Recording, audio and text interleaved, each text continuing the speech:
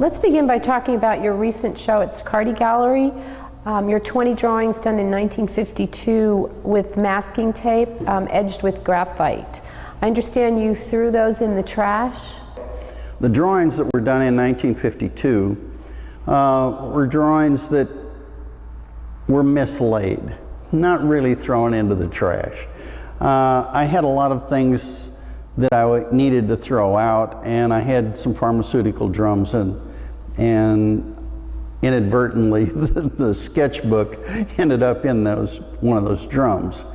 And David Brower, that is an art lecturer with the U of H and curator at Glassell and lecturer there, was looking through the studio for a show that he was curating and found them. And the moment that he pulled them out of the trash, I recognized what those drawings were, and that they were really the drawings that had provided a scholarship for me to Art Center School of Los Angeles, which today is called Art Center College of Pasadena. You were only a teenager when you did these? Yes, I was about 18 and a half, 19 years old when these were done. Probably because they were reactionary. I had submitted a portfolio to Art Center, and they told me that all my work was student work, and I was just infuriated. And so I decided I would come up with something that would show them that I could also be inventive.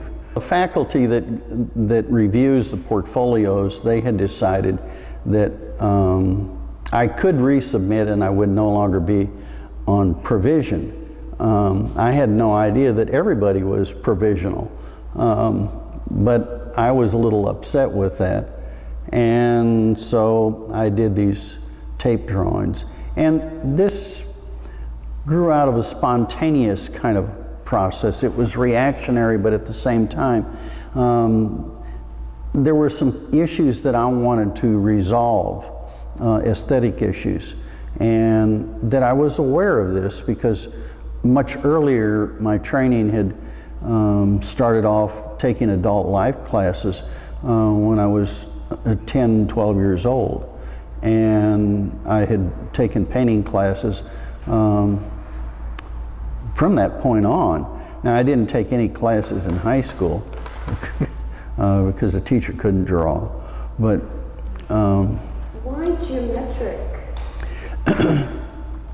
Well, that too was probably reactionary because all of the studies that I was pursuing was all very, very classical. And I really felt like there was something else that I had wanted to be able to do. I was quite enamored with Frank Lloyd Wright's work. The whole process of the archaeotectonic was very meaningful to me. And then there's also the background that my grandfather was a cabinet maker avocationally and had a wonderful wood shop. And he also designed quilts that my grandmother made, and also then she taught and helped various church people. And he used to carry around a little pad, sketch pad, and he would make up these little patterns. Plus, in the process of cabinetry, there are many joints and splices that are made, and those, when they're magnified, for me, were like another piece of art. Now, I couldn't have actually then defined that, probably wasn't even able to articulate it, but it was there, and I think that's much of what came out in these drawings that were in this show. Tape is important in that it's a line, and that's part of what the show was really about, is line itself. I doubt that I would have enumerated various points, aesthetic issues at that age, but intuitively I was trying to pursue something that I felt needed to be resolved. And I don't feel that it's the artist's job to give literal answers to anything. Our job really is to ask the questions, and then with our own language to create resolutions, whether you understand them or not. As the artist progresses, they create more of a vocabulary, and that creates more of a resolution to the questions, and in turn creates more questions. I think that's probably the most important part of being an artist, and line was essential to all of this. Is line a phenomena? Is it something real, or is it just a mark? Is it a delineation? Is it a separator? What really is a line? What kind of dimension does line have in itself? The tape helped bring some of these questions forward, because the tape itself was a line. But by putting graphite or charcoal on the edges, I created 3 lines. And then by matting them together, I was able to multiply those lines many times over. I'm personally fascinated with the fact that I created some things, a rather extensive portfolio at that time, that pursued these issues of line. And I never said anything about them as line itself, but I think it was the magnification of the cabinetry and the kinds of joints and splices and inlays that one would find. And so did you get a scholarship on the basis of these drawings? Yes, when I started school, I was admitted provisionally. And after I was there about a week, they brought me in to face the faculty once again that had reviewed the portfolio, and I had a new portfolio, and I had requested that they review this new portfolio. And when they were looking through it, no one said anything to me. They spoke to each other in whispers, and then they dismissed me and told me to go back to class. And the following week, they asked me to come in, and they were all smiles, and I'm thinking, good God, am I being booted from the class? And they're really enjoying this. And they handed me a check, a cash scholarship of $5,000 from the American Society of Industrial Designers. And it was a pretty heady day. I don't even remember the rest of the day. But they were somewhat impressed with what I was dealing with aesthetically. And now they did ask me some questions about the materials. How did I select those materials? And I probably told them that it was because the tape itself as a stripe is more than 1 line. It's actually 3. And whatever that dimension is. Because, for the most part, we look at a line and we think in terms of it being an outline. When you draw a figure, the best way to really draw the figure is to do the shading, the multiple aspects of surface change. But what we do is we put a line, we légère it, we create an outline of something. And that becomes the delineation of the figure from the space in 2 dimensions. Now, I've continued to pursue this same kind of thinking and these same questions. What happens in 3D? Tell me more about the conceptual 3-dimensional pieces, the installations that you do using string in a darkened space. Okay, what I try to do is to draw in space. The chamber creates a black hole. And by drawing in space with a coherent line, using coherent light as the line, it becomes 3D. And in this space, I'm able to recreate what we create in 2D is the illusion of space. Now I want to pull this back into 3D. And it almost allows one to approach this coming close to 4D, because what we're doing here is introducing motion. So it's the time motion aspect that gives us 4D. The only problem with looking into the chamber is that you can only look in one area, and so you can't see the entire configuration. I'm working to resolve that kind of issue, or allow people to be able to envision 4D.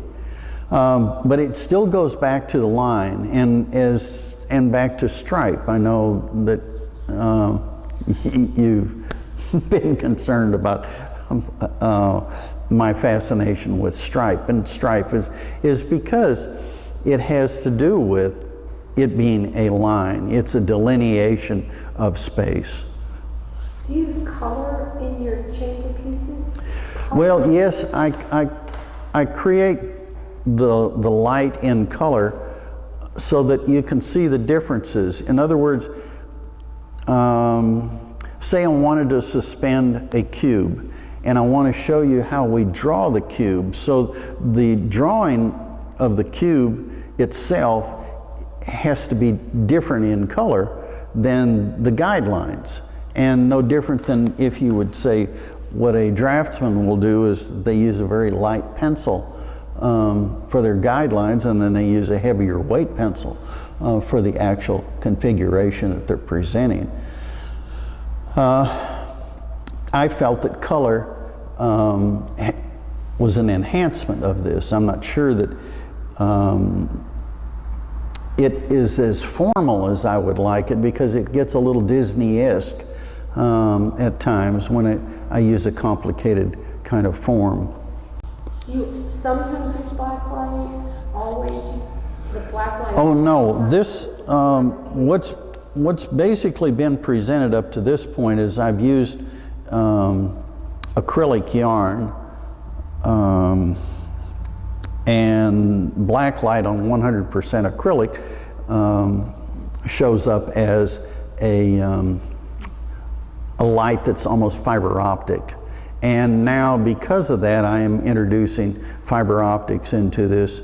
I'm working on a piece now that will use both laser and fiber optics. And then photoluminescence is another area that I'm pursuing. And that allows an opportunity to do curves. And whereas up to this point, I haven't been able to do anything except the lineation of line. But what happens to curvilinear lines? What does that do? And how is that introducing a new phase to dimension itself? Painting, for me, is kind of like painting by the numbers. You have an idea, and then you learn a few skills, some techniques. And at this point in the development, the evolution of painting, you can go through the catalog and find just about any kind of technique that you want. But it's the drawing that becomes the essence of what is there. And that goes back to line. And then taking that line and put it into 4D or 3D or multi-dimensional. After me, someone can take it beyond that point. The formal basis of your work since this certain revelatory moment in the 70s is what you call the DOV module. What is it, and what does it represent to you? The DOV module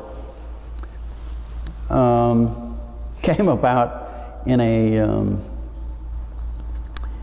well, actually, it came about in a meeting. I was working as a management consultant at the medical branch in Galveston, and I was in this meeting, and I happened to be doodling, and I quadranted a square, and I ran an S through that square, and lo and behold, I saw it all come about.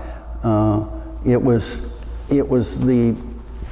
this shape that came forth. Now, 4 of these together creates the square, and you put the crossing of this, and you end up having all of the archetypes that the Homo sapien has basically come up with. You have the yin and the yang, you have the paisley, you have all of the crosses, and because of my cultural anthropology background, I was able to see this when I first put this, quadranted the square and put the S through it. There needs to be another S, so you have 4 of those modules.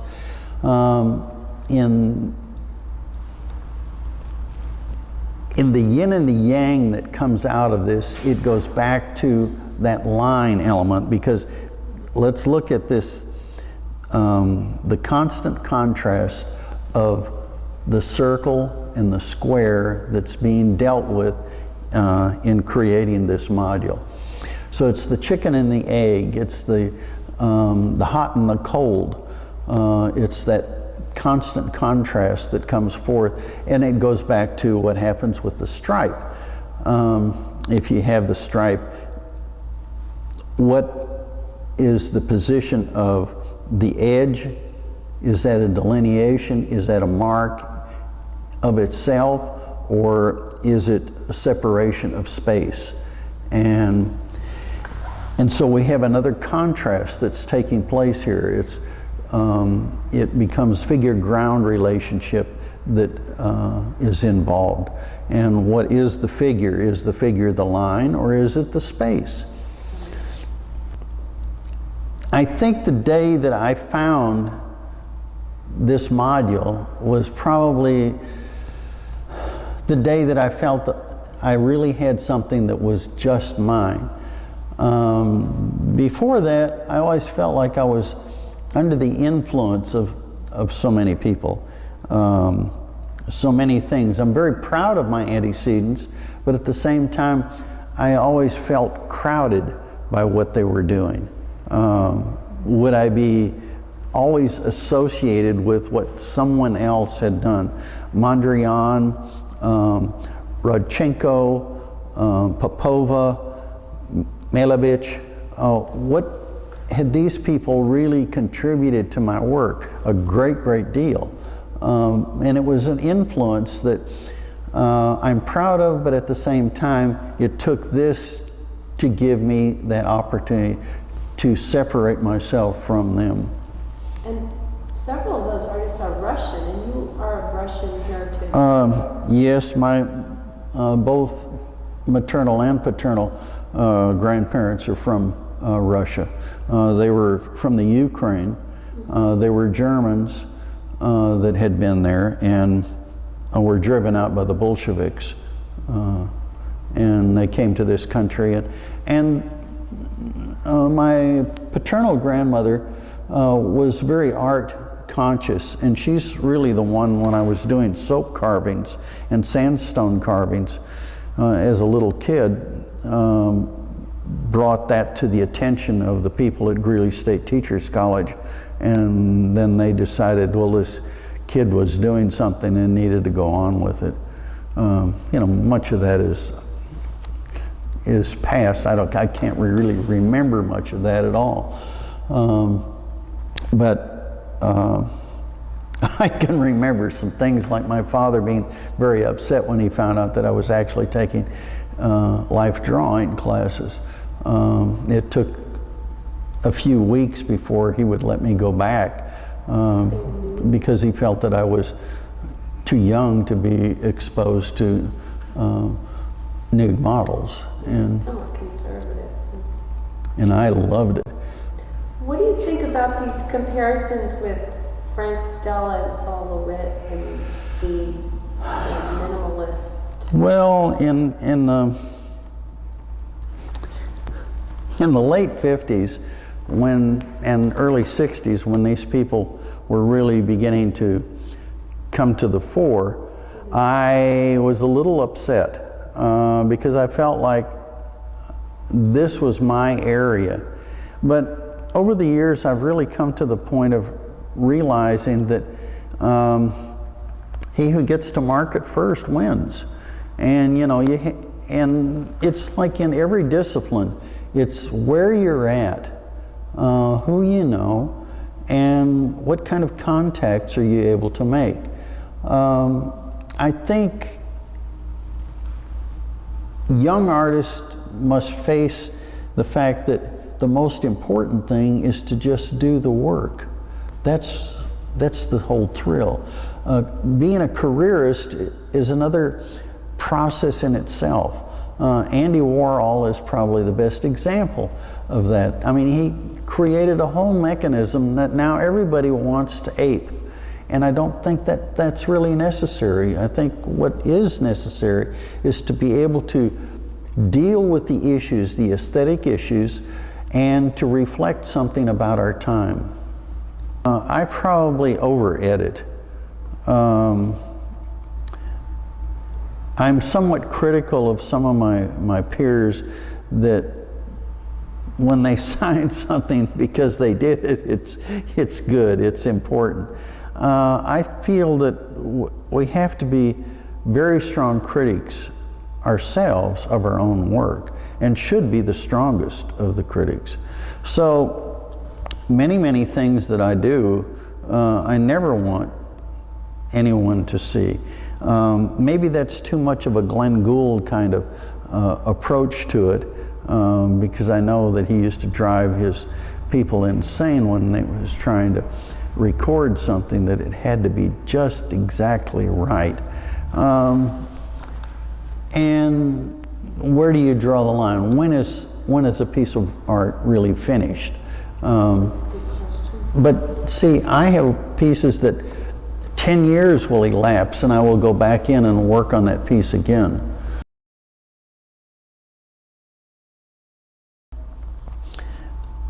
I felt that I never really accomplished what I wanted to in New York because I was so damn busy with the stimulus that's there. I'm not saying that we don't have, you know, a strong base of stimuli here, but I have a sense of freedom that I can work and not have this whole process of careerism upon me. This has been very healthy. Plus, I've had some incredible friendships that have developed here that I always felt the friendships in New York were far too competitive. It was like, you know, you're a good friend, but I don't want you to come to the studio. Who are some of your closest friends in Houston? Well, Earl Staley and Jack Boynton and Dick Ray are very good friends. Don Foster was probably my closest friend. Don and I were able to communicate about some aesthetic issues that no one else seemed to be concerned with here. I've actually found a number of young people of late that I can talk about aesthetic issues. When I first moved down here in 1969, nobody wanted to talk about any aesthetic issues. Earl and I talk about it probably from a pedagogical standpoint, because he's been fascinated how I would introduce this into teaching. And I felt that the whole art historical spectrum was important to know what artists were trying to resolve aesthetically through each time period. And that's how we're introducing technique and materials coming together with the sense of line, back to making a line.